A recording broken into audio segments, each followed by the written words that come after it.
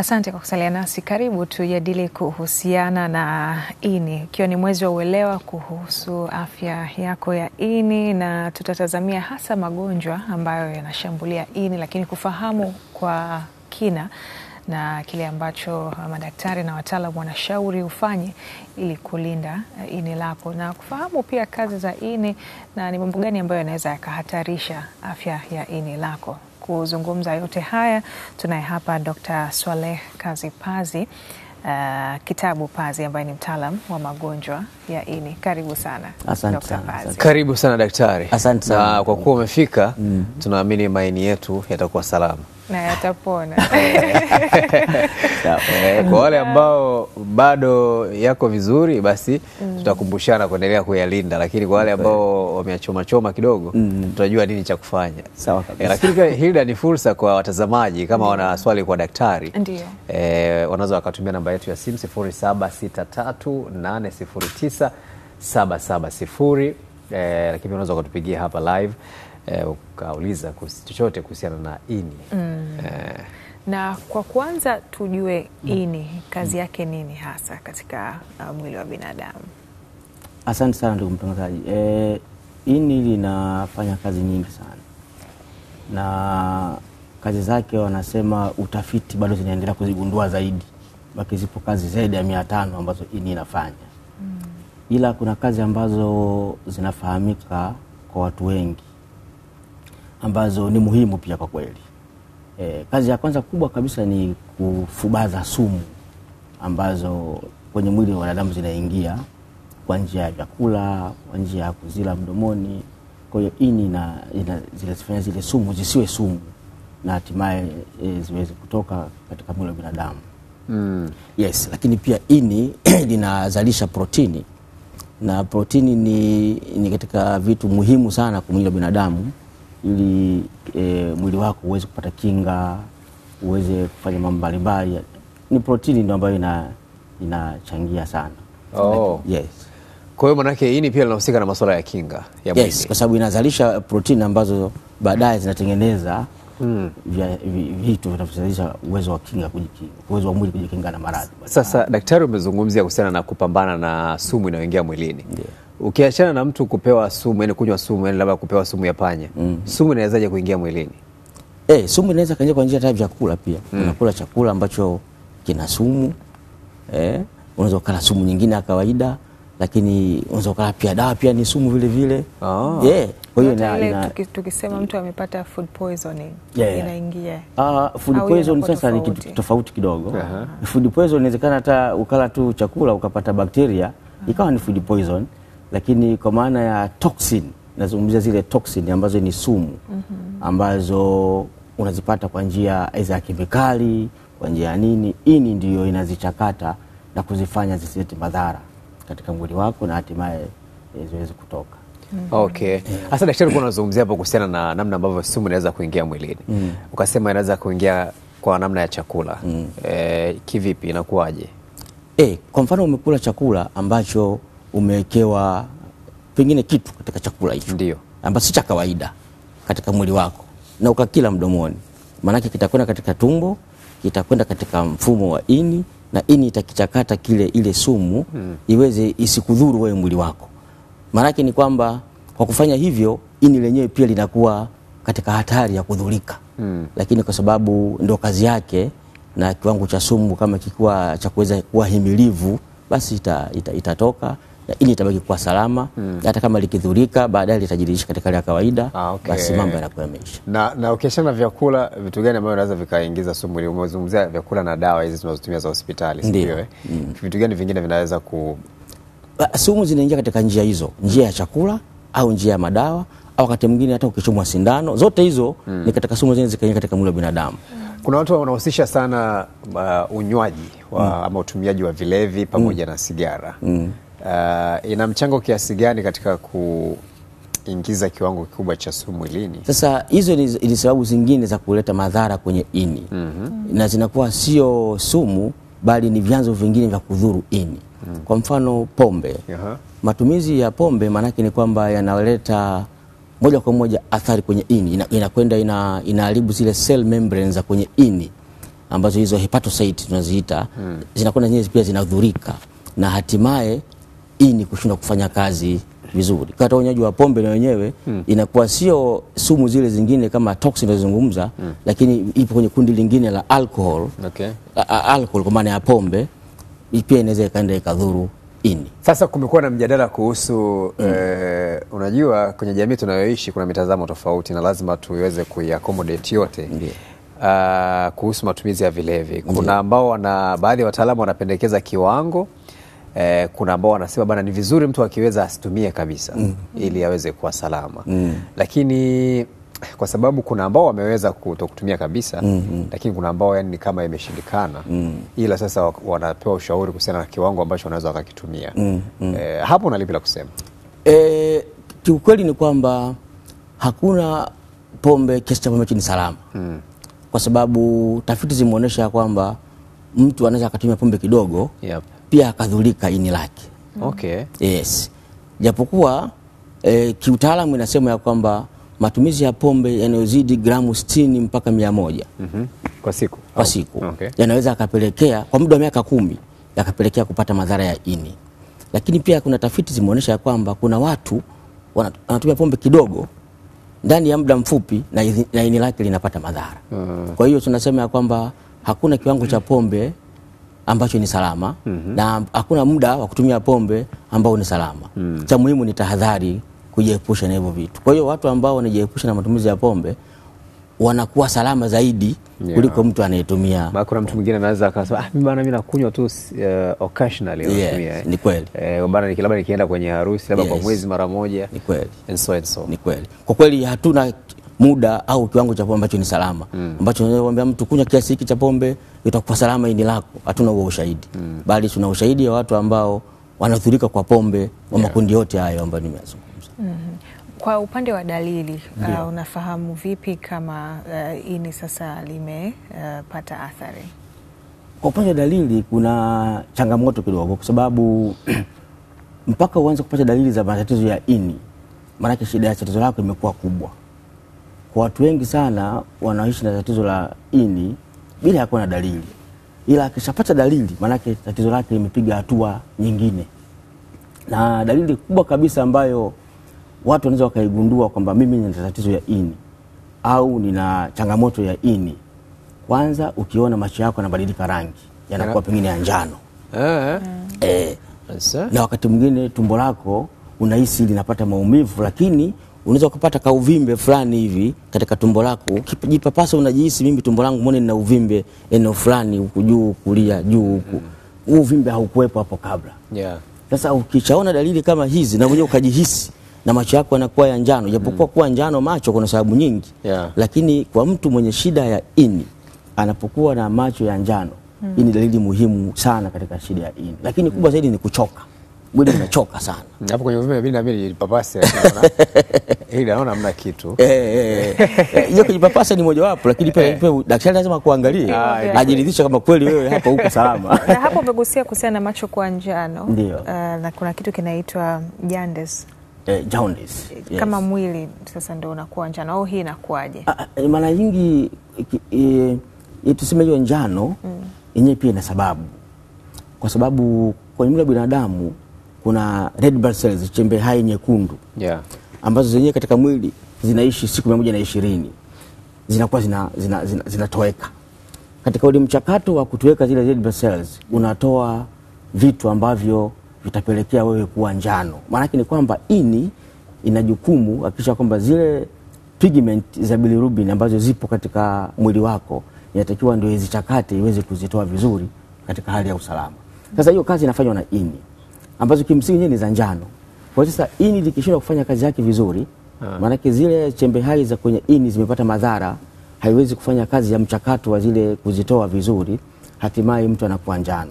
Japokuwa pia kuna sababu nyingine ya manjano ya ule mfumo wa nyongo wenyewe, kama ikiwa katika ile njia zake maki kama bomba, kama kuna uvimbe umeziba unapelekea pia ile baili kutuama na hatimaye mtu anakuwa njano. Kwa njano inaweza kusababishwa na ndani ya ini kushindwa kuchakata zile bilirubin tunaziita zile pigment, lakini pia kama ili mfumo wa nyongo hauwezi kutembea vizuri, mtu pia anakuwa njano. Kwa umesema mpaka mtu aone dalili, na maana tayari limepata athari kwa kiasi kikubwa. Kwa hivyo mtu anapaswa kufanya nini ili agundue mapema? Vizuri sana. Kwanza tufahamu visababishi, kwa sababu visababishi vya magonjwa ya ini viko vingi. Okay. Viko vingi, lakini sababu kubwa kabisa ambayo katika ukanda wetu hii wa nchi za kusini mwa jangwa la Sahara la Afrika tunazungumza sana ni virusi vya homa ya ini ya B na C. Hii ndio sababu kubwa inayoongoza kwenye maeneo yetu, hasa hii B. Maanake ni kwamba ili uchukue hatua ya kwanza ni kupima kama una virusi vya homa ya B ama C, hiyo ya ini. Ukisha pima hiyo, maanake ni kwamba hiyo ni hatua muhimu sana, kwa sababu utachukua hatua ya kufuatilia maendeleo ya afya yako huko baadaye. Japokuwa sababu nyingine ya pili pia ni matumizi ya pombe. Matumizi ya pombe pia ni sababu nyingine ya kuharibika kwa ini. Lakini pia unene kupindukia, kuwa na kitambi, uzito mkubwa na nini, yote hayo, mazoezi ufanye mazoezi, ni kweli kabisa, yote haya yanapelekea matatizo hayo ya ini. Japokuwa ziko sababu zingine ndogo ndogo kama vile za mwili kuweza kujimaliza wenyewe na nini, zote zinapelekea matatizo ya ini. Kwa hiyo hizo mwili kujimaliza wenyewe ni kwa watu wazima, anaweza kupata hata mtoto mdogo, kwa sababu mwili una tabia ya kuweza kujidhuru wenyewe pia. Kwa sababu mbalimbali za ndani ya mwili, autoimmune, very good, autoimmune. Kwa hiyo autoimmune pia inaweza kupelekea tatizo la ini, kwa sababu autoimmune inaweza kupiga kiungo chochote kingine, inaweza kupiga moyo, inaweza kupiga ini, inaweza kupiga figo, inaweza kupiga, lakini ini pia inaweza kupigwa na hiyo autoimmune disease. Kwa wale wanaosema kitambi ni afya. Anasema kiwawashi. Muona bana na anasema pia wanatutania watucheka sisi ambao hatuna, wanasema unakosaje hata cha kufutia simu. Wanatunyanyasa sana. Na wengine tunao huko ofisini wanatunyanyasa sana. Ndio. Lakini tufahamu kitu kimoja, kuwa na unawezekana ikawa hauna kitambi, lakini sio kwamba tu uko salama kwa shida za ini. Hapana. Kwa sababu kinachotakiwa ni kwamba zile ndani ya ini, yale mabadiliko yale ambayo ya ndani ya ini, anza akapata mtu ambaye hata hana kitambi. Kwa mathalani nikupatie mfano, unapokuwa na mafuta kwenye ini. Mafuta kwenye ini ambayo kimsingi sababu yake kubwa ni vitu vyenye sukari. Unakula ugali, ubwabwa, nini, vitu vyenye sukari hivi. Hivi vitu vyenye sukari. Hivyo ndio vyakula vyetu sisi wa Tanzania. Ndio vyakula vyetu, ni kweli. Na ambavyo pia vinaweza vikapelekea ini lako likawa na mafuta na hatimaye ini kuweza kuharibika. Inawezekana kama hauna kitambi lakini ukapata mafuta inakuwa kama hilo hapo, au inakuwaje? Yes, hii sasa hii ni hatua nyingine. Hii ni hatua ya vinundu kwenye ini. Na hii ni hatua tunaita ni fibrosis. Hii ni fibrosis. Ikitoka hatua hii sasa ini litaanza kusinyaa. Na ikishaanza kusinyaa, maana yake ni kwamba linataka kuja kwa saratani. Ikishafika hatua hii ya ini, maana yake kuna maendeleo, kwa sababu huu ugonjwa ni ugonjwa ambao unaoendelea. Ukishatoka hatua hiyo sasa ini itaanza kusinyaa, na kisha kusinyaa linaanza kuwa na manundu, maana yake ndio saratani. Uligusia hapa kuhusiana na hepatitis B na C ambao kwa kiwango kikubwa zipo huku tunapoishi. Kuna hepatitis ngapi, na pengine utupe utofauti pia wa kila moja wao?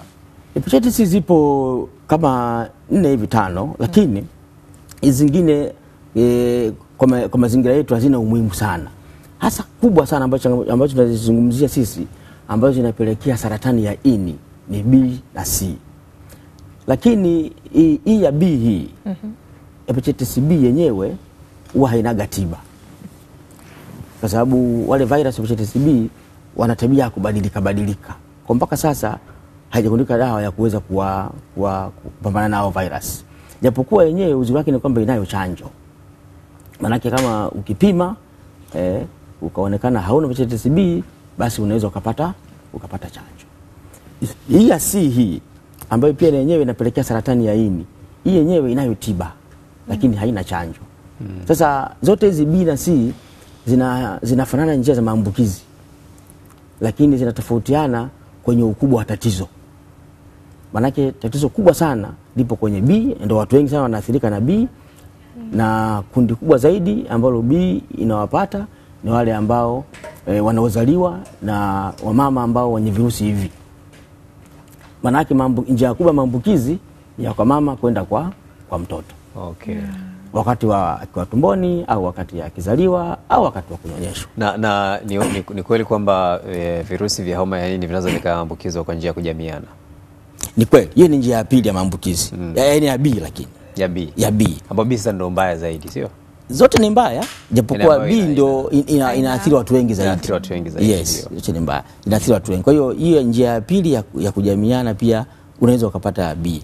Lakini labda tu kwa faida ya watazamaji ni kwamba kuna maneno kwenye mitandao kwamba hii inaweza kuambukizwa kwa njia ya mate, kwa njia ya jasho, kugusana na nini, kitu hapana. Haijathibitishwa kwamba inaweza kuambukizwa kwa njia ya mate, kwa njia ya kugusana au kula naye. Hapana. Hii itasaidia kuondoa unyanyapaa miongoni mwa wagonjwa wenye tatizo hili la aina ya B. Okay. Yes. Lakini pia njia nyingine ya maambukizi hii ya B ni ile ya kuwekewa damu isiyokuwa salama. Maanake kama ukipata shida yoyote ambayo ya kuwekewa damu, ile damu kama haijafumwa vizuri, unaweza ukapata tatizo hilo la B. Okay. Lakini pia njia nyingine ambayo tunaifahamu ni ile kushirikiana vitu vyenye ncha kali, sindano hizi imeshirikiana vitu vyenye ambazo ni sharp tunaziita. Yote hivyo unaweza ukapata hepatitis ya B. Lakini si sasa. Si ni kwamba inawapata sana watu wanaojidunga madawa ya kulevya. Wale wanaotumia zile sindano wakashirikiana kujidunga madawa ya kulevya. Na ndio maana wale wagonjwa wetu wa hepatitis C wengi wao ni waathirika wanaojidunga kwa madawa ya kulevya. Ndio kundi kubwa ambalo limeathirika na tatizo ya C. Japokuwa pia C mtu anaweza kaipata kwa njia zingine ambazo nimezizungumza, lakini kubwa hasa njia hiyo ambayo ya kujidunga kwa sindano. Sasa kwa upande wa tiba hasa B umesema haina tiba yenyewe. Nini ambacho kinafanyika? Kinachofanyika ni kwamba ni kufubaza tatizo. Kwa sababu virusi hivi uwezi ukaviondoa vikaisha, kwa maana ya kwamba kutibu mtu asiwe na virusi vya homa ya B. Lakini tunaweza tukavifubaza, tukavimaliza, tukapewa dawa vikatokomea kabisa katika mwili wa binadamu. Na tunao wagonjwa ambao tunawapatia hizi dawa na ukipunguza wingi wa virusi, manake unapunguza uwezekano wa kupata saratani kwa asilimia kubwa sana. Okay. Kwa hiyo ndio maana tunatumia. Kwa inawezekana hali ya mtu mwenye homa ya ini ama hepatitis B mkadhibiti hali yake na mkamsaidia asipate saratani, sio? Ni kweli. Na akaishi maisha yake bila kupata saratani. Yes, lakini sasa hapo kuna angalizo. Tunapotoa zile dawa za virusi vya hepatitis B hizo, virusi aina ya B, hatusemi ya kwamba hatopata saratani, bali tunapunguza uwezekano wa kupata saratani. Sina nielewa vizuri hapo, kwa sababu virusi hivi kwanza vinabadilika. Vinaweza vikabadilika. Yaani wakati unampatia hiyo dawa, anaweza akaja na subtype nyingine ya virusi, aina nyingine ya virusi. Hivyo hivyo pia vikampa aina nyingine ya virusi na akapata saratani. Na hiyo ni tabia ya virusi. Tabia ya virusi. Sasa hivi vya B ndio vina sasa tabia hiyo hasa. Na ndio maana mpaka sasa hatujagundua tiba ya kuviondoa kabisa virusi. Japokuwa wanaotumia dawa tunawapunguzia uwezekano wa kupata saratani. Sasa ulisema kwamba kutumia dawa muda mrefu inaweza ikaathiri ini. Na huyu mtu amepata homa ya ini na anatumia dawa. Hapo inakuwaje? Ni kwamba unapotumia dawa katika maelekezo ya kitaalamu, maana utapewa kwa dozi kulingana na uzito wako, na matumizi hayo yanathibitishwa ya kwamba ini lako inaweza kuhimili kuweza kuondoa hiyo sumu ambayo ipo kwenye. Kwa matumizi ya dawa sio kwamba eti kila dawa inaweza ikaathiri ini, bali kinachofanyika ni kwamba matumizi ya dawa yasiyokuwa na maelekezo ya kitaalamu haya yanaweza kaathiri ini. Umepewa dawa, dozi haijulikani, umepewa dawa, kiwango hakijulikani cha matumizi, umepewa dawa, muda unaotumia haujulikani, inaweza ikaathiri ini. Yes. Sasa na vipi kuhusiana na watu ambao maisha yao kila siku ni kutumia dawa kama waviu ambao wanatumia ARV? Ndio. Na kuna wagonjwa wengine yani kutokana na magonjwa yao, ndio wao masuala ya dawa ni jambo la kila siku. Ni kweli. Ni swali zuri sana. Na kinachofanyika ni kwamba ndio maana wagonjwa hawa wana kliniki, wanafuatiliwa. Pamoja na kama wanatumia dawa kila siku. Kuna dawa za TB pia. Kila msiku tunatumia dawa kwa miezi 6. Tunafuatilia wagonjwa kwa kuwapima kuona kama kuna ishara ya majeraha kwenye ini lake. Na kama hali ikijitokeza, tunaweka utaratibu wa kubadilisha aina ya dawa ili kunusuru ini lisiendelee kuathiriwa. Na ndio maana wagonjwa hawa wanakuja kliniki, wanapimwa kufuatilia maendeleo yao, na kupima ini linafanyaje kazi, kama kuna changamoto yoyote, kama hii dawa itaenda kumfaa ama haimfai, maamuzi yanafanyika. Kuna baadhi ya vitu pia ambavyo vinahusiana na mtindo wa maisha, kwa mfano uvutaji wa sigara, na sasa hivi tunaona kuna wimbi kubwa sana la watu ambao wanavuta shisha. Ndio. Sasa hii tulishaambiwa na wataalamu wa figo kwamba moja kwa moja mapafu kwamba inaweza ikaathiri mapafu. Lakini tunafahamu kuna viungo ambavyo kuna namna yani kama vinafanana hivi kwenye sababu ambazo zinaweza kusababisha vyenyewe viathirike kama mapafu, figo pamoja na ini. Ni kweli kwamba vitu hivi vinaweza pia vikaathiri kwenye ini? Vinaweza, kwa sababu unapokuwa na shida kwenye kiungo kimoja kinaathiri kiungo kingine. Hauwezi kuwa na ini zuri kama figo zako zina mashaka. Hauwezi kuwa na ini zuri kama pafu lako lina shida. Kwa hiyo viungo hivi vinawasiliana katika ufanyaji wake wa kazi, katika utendaji wa kazi. Yes. Sawa kabisa. Hapo umeuliza kuhusiana na VVU na kuna wale ambao pia wanaeleza kwamba dawa ambazo zinatumika kwa kufubaza VVU zinatumika pia kwa wale ambao wana hepatitis. Kuna uhusiano wote na hili lina ukweli pia kiasi gani?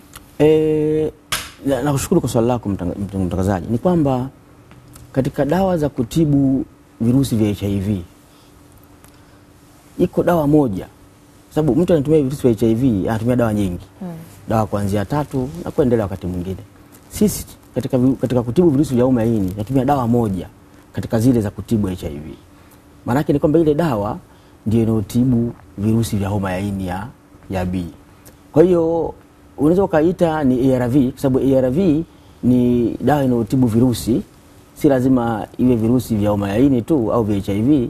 Kwa hiyo hilo jina linaweza likatumika kote kote, na kinachofanyika ni kwamba kwa sababu tunatumia ile dawa ya kutibu mojawapo ya HIV pia inatibu homa ya ini ambayo tunaitumia. Sasa kuna hiyo hali ambayo jamii wanayo kwamba wanatumia ARV kutibu homa ya ini. Hizi mimi naona si ajabu kwanza dawa moja kutibu maradhi zaidi ya moja. Kama unaweza ukatumia dawa ya kutibu pengine kifua, hiyo ikatibu pengine na UTI. Kwa hiyo inawezekana kabisa dawa moja ikatibu tatizo zaidi ya moja.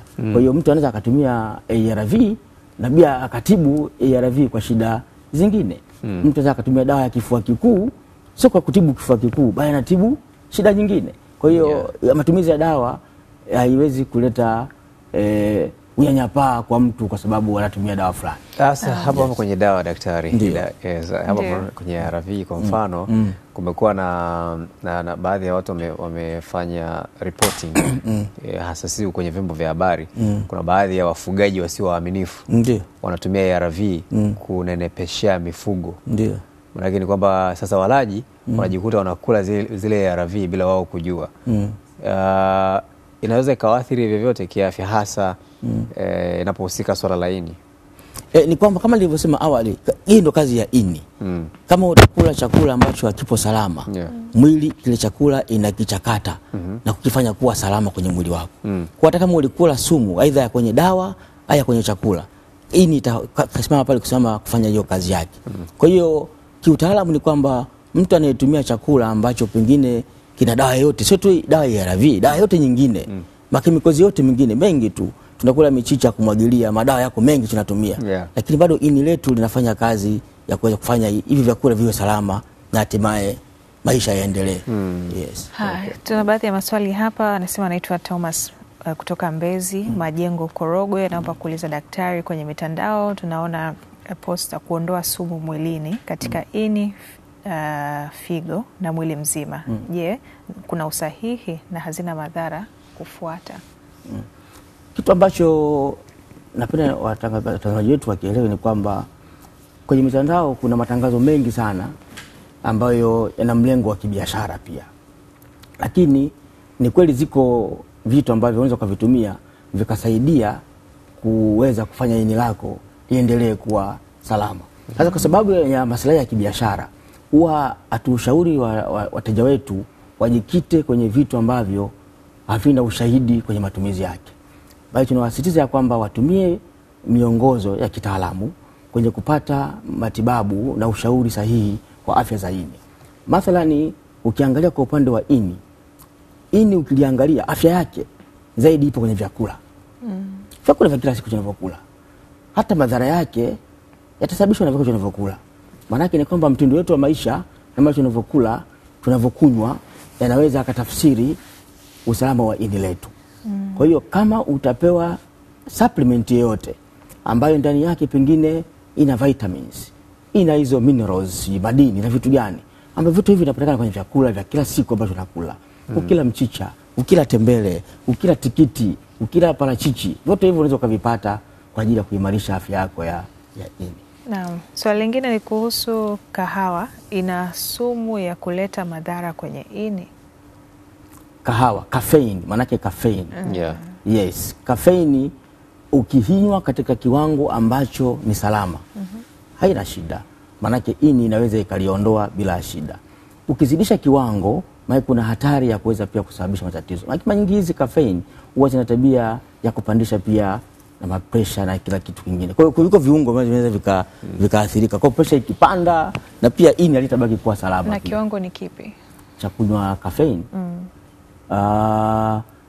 Mfano kwa wale ambao wanapenda kunywa kahawa labda vikombe kila wakati. Kwa kweli kitu ambacho naweza kusema katika upande wa kahawa ni kwamba ni kinywaji ambacho inabidi unywe kwa tahadhari, kwa sababu kuna vitu mle ndani ambavyo vimewekwa katika zile ingredients za kahawa ambazo ukitumia kupita kiasi unaweza ukapata pia madhara. Cha muhimu ni kwamba usinywe kupita kiasi, kwa maana ya kiwango labda unywe occasionally kama unakunywa kahawa.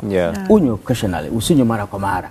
Kabisa. Sawa. Sasa kuna swali pia hapa ametumia ndugu yangu hapa, rafiki yangu sana huyo, anaitwa Habib Kondo, anasema kuna watu ambao wanakula matunda kama vile matango, karoti, wanakunywa maziwa kwa wingi. Watu hawa hata kama watakuwa wanatumia labda kwa mfano mvinyo mara moja kutakuwa na shida? Ikiwa labda maana yake nilivyomuelewa ni kama si ana compensate na huko kwamba kwa sababu anakula chakula hiki ya akinywa mvinyo kuna shida yote mara moja. Kama nilivyosema, kila chakula kinafanya kazi yake katika sehemu tofauti. Ukinywa matunda vizuri, ukala na maziwa vizuri, atafanya kazi yake. Lakini pia ukinywa pia na pombe, itafanya kazi yake ile ambayo itafanya hiyo chakula ambacho umekunywa. Kama nilivyosema mwanzo ni kwamba huwezi kupata uhakika wa usalama wa ini lako kwa kiwango fulani cha pombe ambacho umekunywa. Kwa kweli ukimwambia mtu kwamba eti ukinywa mvinyo kidogo mara moja au ukinywa pengine wine kiasi hiki itakuwa ni salama kwako, iko kweli hii haishauriwi kitaalamu, kwa sababu hakuna usalama, hakuna uhakika huo. Naona watu wanajaribu kunivuta niingie huko. Lakini daktari kakataa. Sawa, kuna swali lingine anasema anaitwa Siasa Mangala, nina tatizo la mgongo, bila kupata dawa za maumivu siwezi kulala au kushinda bila maumivu. Hivyo natumia dawa za maumivu kila siku asubuhi na jioni. Sasa huyu ni katika yale matumizi ya dawa. Yes, matumizi ya madawa. Ni kweli. Matumizi ya madawa ya kila siku yanaleta shida pia kwenye tatizo, sio tu la ini, mpaka figo. Kwa hiyo hatushauri watu watumie dawa kila siku kwa ajili ya maumivu, bali atatue tatizo. Kama anapata maumivu ya mgongo ya kila siku, lazima amwende daktari wa mgongo ashughulike na tatizo hili liondoke. La sivyo huwezi kunywa dawa ya maumivu kila, kwa sababu dawa za maumivu zinaleta athari nyingi sana katika mwili wa binadamu. Ambali na figo itaathirika, tumbo lako lenyewe pia la chakula linaweza kupata shida. Unaweza kupata shida kwenye tumbo la chakula. Unaweza wakati mwingine ukapata mchubuko kwenye tumbo au kidonda kwenye tumbo au ukatapika damu. Kwa hiyo si vyema kutumia dawa za maumivu bila kwa muda mrefu. Na kuna watu wanapata usugu wa dawa. Yaani maisha yake ni dawa za maumivu, dawa mpaka anapata usugu wa dawa. Watu kama hawa kwa mfano kija kutokea changamoto kwenye ini, anaweza akapata dawa kweli ambazo zinaweza kumtibu. Kwa sababu inategemea na ukubwa wa tatizo lake. Kama ikiwa tatizo lake limegundulika ni dawa, maana zile dawa akiacha. Mara nyingi wagonjwa ambao wanatumia dawa wakapata shida ya ini, akiacha kutumia zile dawa huwa wanapona, wanakaa vizuri. Wanakaa vizuri. Sasa nitaka kuuliza hasa katika matibabu kuna upandikizaji wa figo, lakini kuna upandikizaji pia wa ini ambao wenyewe kwa sababu kila mmoja ana ini moja, tunaambiwa wenyewe unafanywa kwa kukata sehemu ndogo ya ini. Labda utuelezee inakuaje? Kwa summary tu daktari. Asante. Mara nyingi kupandikiza ini ni hatua ya mwisho kabisa ya tatizo la ini. Yaani ini limeshindwa kufanya kazi kabisa. Sasa tiba yake ni kulipandikiza, kutoa ini hilo kuweka ini lingine. Kinachofanyika ni kwamba unatoa lote kabisa daktari. Kwa sababu halifai. Lote limekuwa. Kwa hiyo dhana ya kukata kipande na kupachika kingine. Anayekatoa kipande ule mchangiaji. Sababu unakuwa na watu wawili, mgonjwa na mchangiaji. Ule mchangiaji ndio anakatwa kipande chake. Asilimia kama ngapi? Kidogo tu, pengine asilimia 25, pengine mpaka 30 ya kipande chake. Na ini lenyewe lina ukubwa gani? Ini lina uzito mpaka 1.5 kg kutegemea na ukubwa wa mtu. Ini ni kiungo kikubwa. Kwa hiyo unapokuwa mdogo ndo kaini pia kanakuwa kadogo. Yes, kwa sababu inaanzia nusu kilo mpaka 1.5 kg. Inakuwa. Kwa mfano ini lako unasema mwili wako ni mdogo, pengine ni kilo 1 pengine. Lakini haimaanishi kwamba haifai kazi. Haimaanishi kwamba haifai kazi ni ule. Haifai kazi ni ule. Usiwe na hofu. Kwa hiyo sasa kile kipande kikatwa kile kidogo ambacho kinakatwa ile eneo la ule mchangiaji, anawekewa huyu mtu ambaye anayepandikizwa lile ini. Ndio. Na wakati anafanywa hiyo operation ni kwamba anarudishiwa utaratibu wote wa mishipa yake ya damu kusambaza na kila kitu. Na huyu ambaye ini lake ambalo limekatwa baada ya muda si mrefu litazalishwa, litajirudisha. Kumbe hili la tabia kujizalisha. Kwa kama hapo ina sehemu gani inakuwa inakatwa? Unaweza kukata lobu ambayo kwa mfano pale huyu mgonjwa sasa huyu ni mgonjwa. Inaonyesha hatua sasa yes, huyu ili ini ni mgonjwa. Ili ini sio zima. Kwa sababu kushoto kwako ambako kuna chronic hepatitis, maana tayari huyu mtu ana ugonjwa. Ndio. Katikati pale ambako kuna cirrhosis. Cirrhosis ni ini kusinyaa. Maana ini lake linaanza kusinyaa. Ndio. Alafu huku kulia kwako hii ni saratani sasa ya ini. Imefikia saratani. Imeshafika hatua saratani. Sasa kwa sababu ili ini ni mgonjwa, kwanza huwezi kuchangia ini kama hili. Kwa hili linaondolewa lote. Hili linakwenda sasa kuondoa. Tuseme hili ini lingekuwa sawa, kipande gani kinakuwa kinakatwa yani kwa ukubwa? Hata upande huu wa kushoto. Wote. Unaweza kutoa upande wa kushoto. Lingekuwa sawa vipi? Yani lingekuwa zima.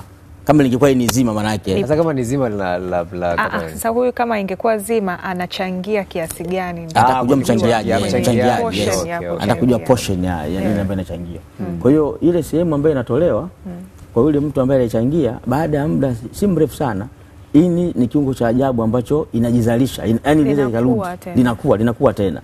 Na huyu ambaye aliyekewa huyu baada ya huo muda na yenyewe linaongezeka. Sasa huyu ambaye limeharibika, unalitoa lote? Unalitoa lote kwa sababu basi halina kazi tena. Alafu unamwekea ini ambalo uliotoa kwa huyu mtu ambaye ni mzima, kipande. Kumbe anaweza kukaa na kipande peke yake. Baada ya muda litaongezeka. Kile kipande kitaongezeka. Kitaongezeka. Na huyu kilikotoka pia na ile sehemu litaongezeka. Atapona kabisa. Anapona kabisa. Kumbe daktari huyu anayewekewa lazima litolewe lote, sio? Yes, kwa sababu halifai tena. Sio kwamba na lenyewe unalikata unaunganishia kipande ambacho kizima. Unalitoa. Hii unajua hata ini la chukua mfano tu ini la ng'ombe lilivyo. Ukishalikata hivi ngumu sana kuliunganisha. Na la binadamu liko hivyo hivyo. Yaani ile mishipa ile ini yenyewe ni kama ni damu hivi. Yes, kwa hiyo huwezi kukata ukasema tu utaunga. Kwa huyu anayefanyia upandikizaji anawezekana kupona kabisa. Yes, hawa ambao wanaendelea na matibabu anakuwa tu anafifisha. Yaani haliponi kabisa. Yule ambaye anatumia dawa. Yaani kwanza kuna kitu moja mtanganya mbona nielewe. Kuna kutibu virusi ambavyo matumizi yake ni ya dawa. Kutibu virusi vya homa ya ini. Ndio. Hapo ini halina athari yoyote. Ini liko zima. Halina shida bado. Ni virusi ambavyo ndio viko pale ndani. Sasa hivi virusi vinatibiwa kwa madawa. Ikishashindikana madawa huko, tumekwenda mpaka ini sasa limefika hatua limeanza kusinyaa, limeanza kuwa lazima kupandikiza. Maana ni kwamba sasa inabidi awekewe kipande cha ini, lakini kama sababu yake ni virusi vya homa ya ini. Maana virusi vya homa ya ini pia vinapelekea ini kuweza kupata saratani au uvimbe. Maana hiyo tiba yake itaendelea. Matibabu haya tunafanya kwa kiasi gani hapa Tanzania? Yapo. Ya upandikizaji hatujaanza, lakini muda si mrefu kama nchi kama taasisi pale Muhimbili tunajipanga, tutaanza muda si mrefu. Na mtu yote anaweza akajitolea kwa maana ya kuchangia? Kumchangia mwenzake. Kuchangia sasa kuna utaratibu, sio kila mtu ndugu. Lazima wawe ndugu wa karibu, na lazima pia kuna mambo ya kufanya kabla ya kufikia hatua ya kuchangia ini. Kwanza kuna swala ya elimu, ufahamu uchangiaji ni kitu gani. Lazima ufahamu vitu vingi. Sasa kuna matumizi ya dawa pia baada ya kuchangia. Basi daktari, tukifika huko tutaongea zaidi tutakapoanza huo utaratibu. Tunakushukuru sana daktari. Na pia kulikuwa na maswali mengi mwingine anaweza kuhusiana na dalili, lakini daktari amesema kabla ya dalili ni vyema kupima angalau kwa mwaka apime mara ngapi ini? Ukishapima virusi vya ini ukaona kwamba hauna, baki ukipata chanjo, baki chanjo ni ya kudumu. Maana hapo uhakika. Ni uhakika. Kama mzee hujapima, kapime, ukipata chanjo uhakika. Kwa hiyo tusisubiri kuona dalili. Asante sana Swaleh Tabukazi. Tumekuelewa. Asante sana wa magonjwa ya ini akituelimisha mengi zaidi kuhusiana nayo, na tunakamilisha hivyo.